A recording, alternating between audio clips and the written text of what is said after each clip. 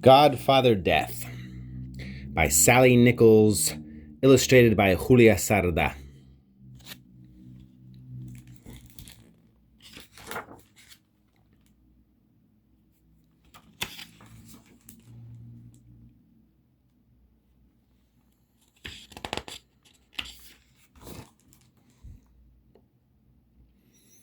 Morning.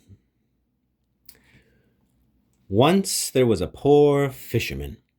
He was so poor that when his baby son was born, he had nothing to give him as a christening present.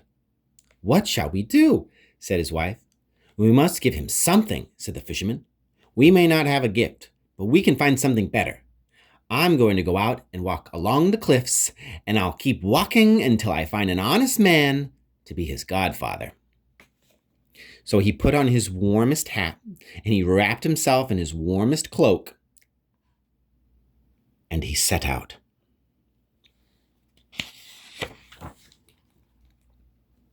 It was a cold, clear midwinter morning. The sky was blue, and the sun was high, and the sea was moving in and out and in and out against the rocks. The fisherman walked along the cliff top, and he felt happy and full of hope. Soon he saw a man coming toward him. The man was old, and the man was bent. His beard was thick and long and white. His face was wrinkled, and his eyes were full of wisdom. "Good day," he called. "Who are you? And where are you going?" "Good day, old man," replied the fisherman. "I'm a poor fisherman, and I'm looking for an honest man to be my son's godfather." "An honest man," said the stranger. "Look no further. I am Father God. I treat all men and women fairly. I love all men and women and all the little children. I will be your son's godfather."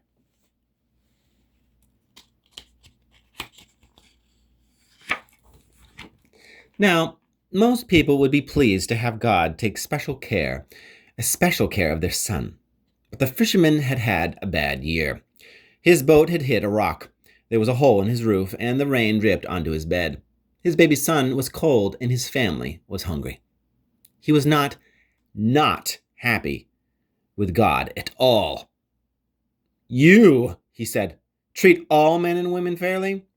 Are you serious? Some people live in great big palaces and eat off gold plates with silver forks. Others live in horrible, cold, wet houses where the rain falls down under their bed. How is that fair? You cannot be my son's godfather. No, thank you." And he stuck up his nose in the air and marched straight past. Afternoon. The fisherman stamped down the cliff path in a fine rage. That showed him, God, an honest man, a fair man. Ha! The day passed. Morning turned to afternoon. The sky began to fill with clouds, and the wind began to blow. And another man came walking down the path toward the fisherman.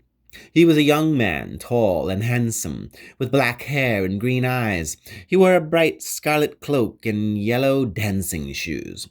He had a pointed chin and a little black beard, like a goat. "Hello, fisherman," he called. "How's tricks?" "Not so good, thank you very much," said the fisherman. "My boat's got a hole in it, my roof leaks, and I'm trying to find an honest man to be my son's godfather." "A godfather for your son?" cried the stranger. "Well, fisherman, today is your lucky day. I am the devil. Let me be your son's godfather, and I'll give him everything he could ever desire. Power, money, fame, love. I'll be the best godfather a boy could dream of." And his green eyes flashed, and he rubbed his hands together. Now, the fisherman was poor. He was cold. He was hungry, but he wasn't stupid. "You," he said, "an honest man. The devil. What sort of a fool do you think I am?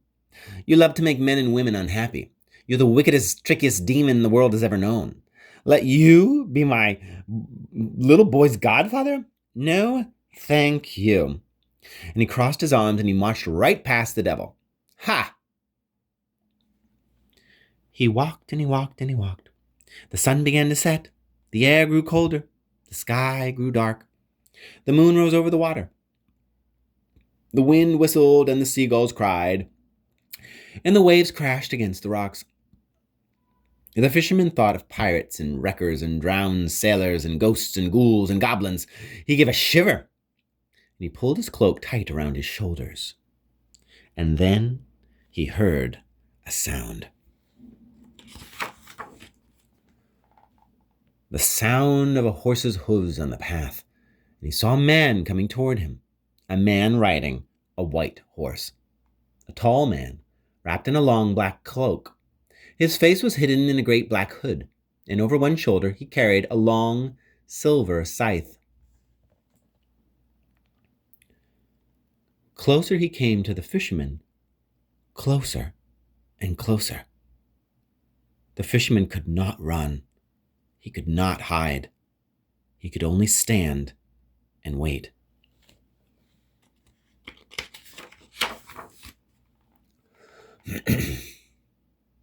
Night.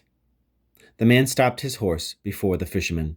He looked down from the horse's back and he said nothing. Hello, squeaked the fisherman. Terrible night, isn't it? I'm a poor fisherman. I'm looking for an honest man to be my son's godfather. Any idea where I might find one?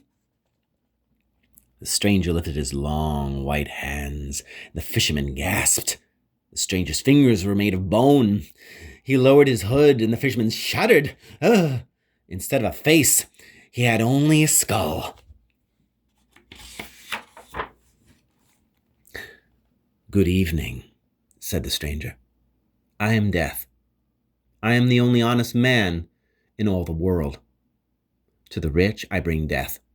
To the poor I bring death. To all men, women, and children in all the world. To the beasts and the birds, the little buzzing flies and the great white whales, I bring death. You cannot bargain with me. You cannot bribe me. You cannot steal what is mine. No one can escape me, and I will be your son's godfather. The fisherman opened his mouth. He thought about what Death had said. Then he shut it. Wait a minute, he said. You're right. You are an honest man, the only honest man in all the world. He beamed at Death. Yes, he said. You can be my son's godfather. The christening is at 2:00 on Sunday at the church in the village. Don't be late.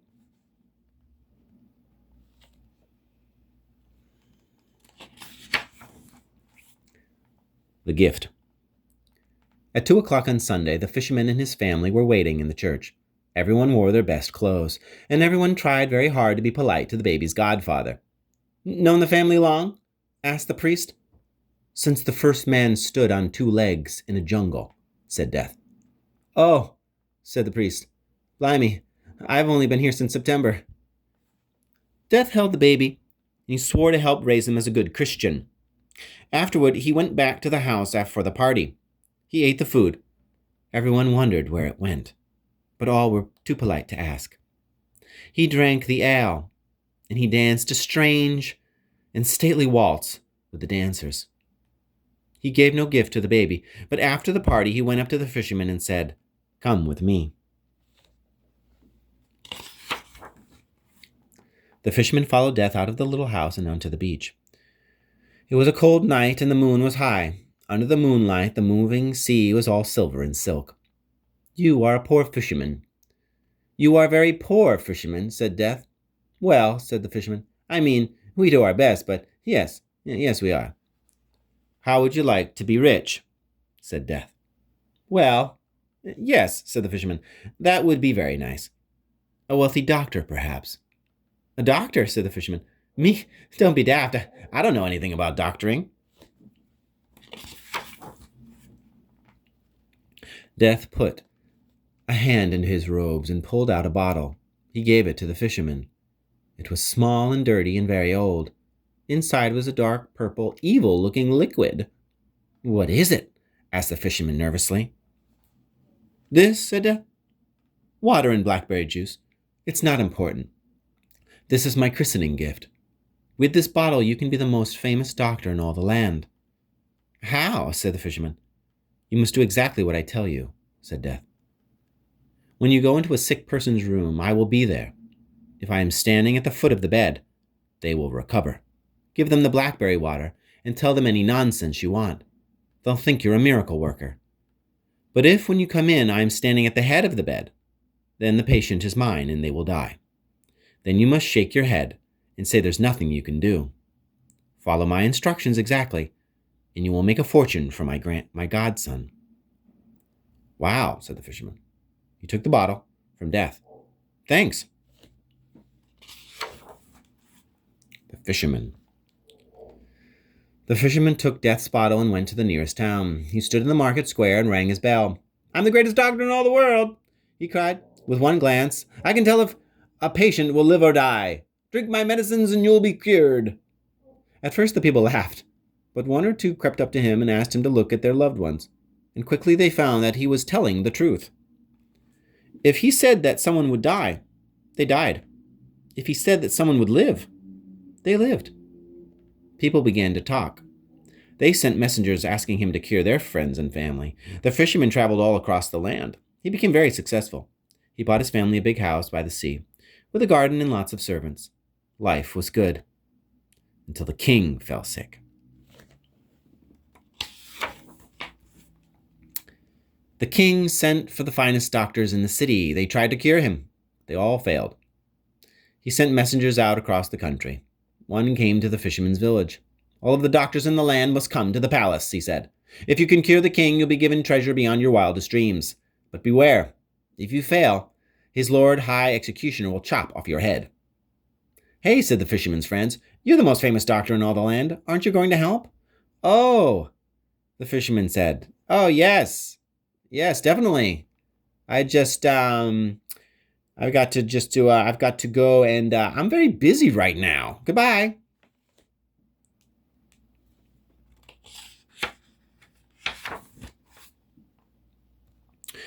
For nearly a month, the fisherman made his excuses. Then one day, 2 guards knocked on his door. "Why haven't you come to cure the king?" they said. "Oh," said the fisherman, "I was just about to. This afternoon, right now, in fact, I was just on my way."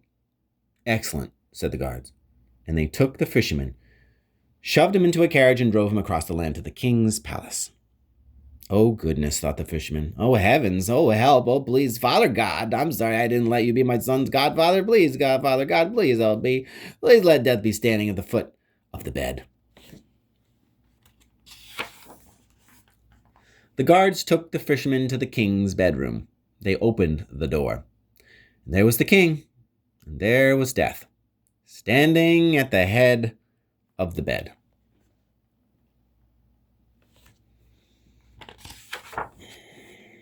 Death.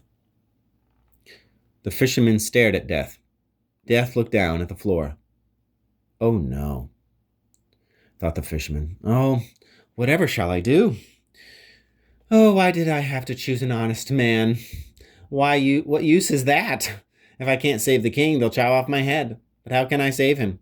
Unless..."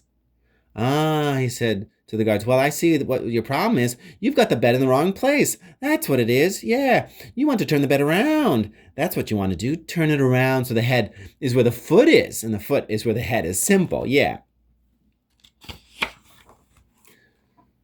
So the guards turned the bed around, and it worked. Almost at once, the king sat up. Then he asked for something to eat. Soon he was walking around like nothing had ever been the matter.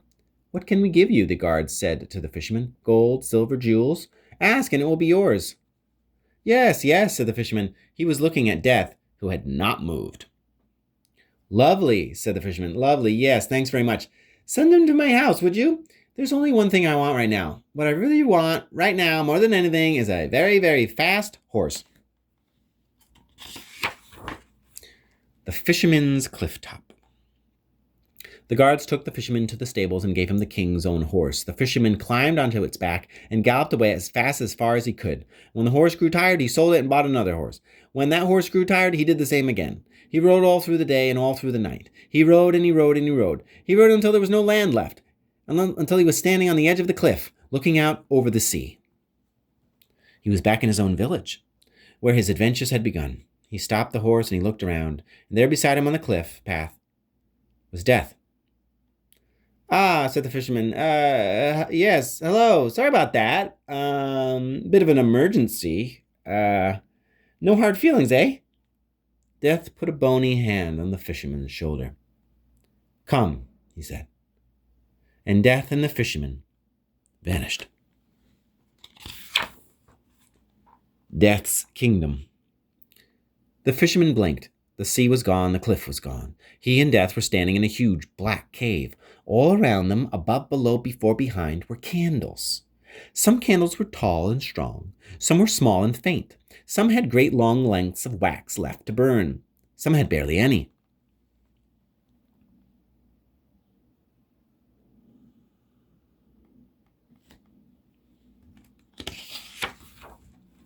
Oh, said the fisherman. Well, what a lovely light features you've... This is my kingdom, said Death. Each of these candles is a life. When the candle burns out, a soul's life is ended. Oh, said the fisherman, and, which candle is mine? Death raised his bony finger, pointed to a candle. It was very small. Its wick was sputtering in a tiny pool of wax. Its light was almost gone. Oh, said the fisherman, oh no.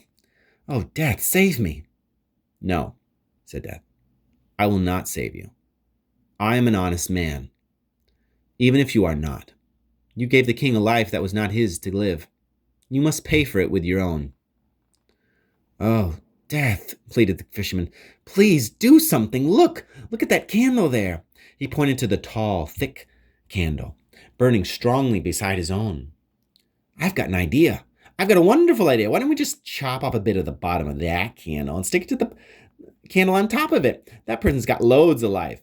They won't miss a bit of the bottom. It's just a little bit. Well, maybe a slightly bigger bit. We couldn't do that, couldn't we, Death?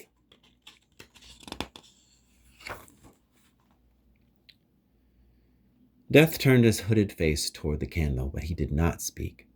With trembling hands, the fisherman took the candle and sawed at it with his knife. But the knife did not cut. The wax would not break, and with every second he tried, the fisherman's own candle flickered and guttered and seemed about to drown. At last, in desperation, the fisherman lifted the end of his own candle out of the candlestick and pressed it on top of the other. The other candle's flame was drowned in the wax, but the fisherman's took heart from the new fuel and grew tall and strong. The fisherman felt as though new life were surging into his body. For the first time since he had heard the king's message, he felt truly alive. There, he said, that wasn't so hard, was it? Not for you, said Death.